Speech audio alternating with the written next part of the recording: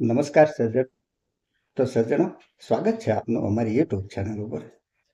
તો સજ્જનો, આજે 3 ઓક્ટોબર, આજે નિફ્ટી 50માં 1% કરતાં વધારે પણ ઘટાડો આવ્યો છે. તો ખાસ કરીને મારે રિટેલ ઇન્વેસ્ટર સાથે ચર્ચા કરવી છે કે સજ્જનો, કોઈ પેનિકમાં આવી માલ વેચી ન નાખતા, કારણ કે આ વિડીયો હું ચાલુ માર્કેટે બનાવી રહ્યો છું. રિટેલ ઇન્વેસ્ટર પાસેથી માલ પડાવી લેવાના ષડયંત્રો તો માર્કેટમાં ચાલતા જ રહે છે.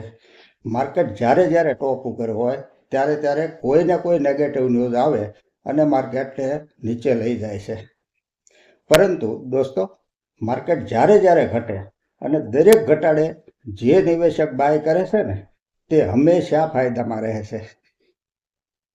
તો મિત્રો, આ ઘટાડાને પણ જે તક સમજી સારા ફંડામેન્ટલ સ્ટ્રોંગ કહી શકાય તેવા અને ટેકનિકલી સપોર્ટ લેવલે આવેલા સ્ટોક બાય કરશે તે ફાયદામાં જ રહેશે. આ નિર્વિવાદ સત્ય છે અને ઇતિહાસ સાક્ષી છે આ વાતનું. રહી વાત નેગેટિવ ન્યૂઝની, તો ઇઝરાયલ, ઈરાન, ઈરાક, ચીન, Pakistan, America, Russia, Ukraine, Afghanistan, આવું તો બધું ચાલ્યા જ કરશે અને ચાલતું જ હોય છે આવડી મોટી દુનિયામાં. તેથી કરીને ધરતી કાંઈ પાતાળમાં નહીં વહી જાય, રસાતાળ નહીં જાય.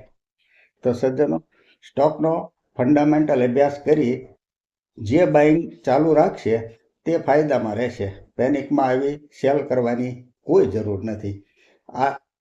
આ સમસ્યાને જે તક સમજશે અને તકનો જે લાભ લેશે તે ખરેખર ફાયદામાં રહેશે.